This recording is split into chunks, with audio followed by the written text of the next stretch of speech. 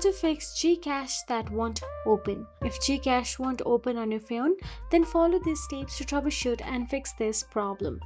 First of all you have to do is simply check your internet connection. Drag down the control center, then make sure you are connected to a stable Wi-Fi or mobile data. You can also try loading a website or other app to confirm the connectivity. Now, after the internet connection, simply navigate to check for app updates.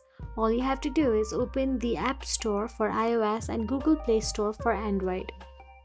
Once in there, tap on the search address bar and search for the GCash and hit enter.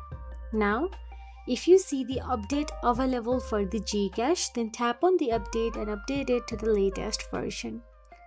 Now, once all the update has been completed and you have checked it, but it still does not work, then all you have to do is simply restart your device. A simple restart can refresh background processes. Once restarted, then try opening the app again. Now, if none of the method works, then lastly, simply delete the GCash app from your device. Then go to the App Store or Google Play Store and re-download it. And then try logging in. And that will be.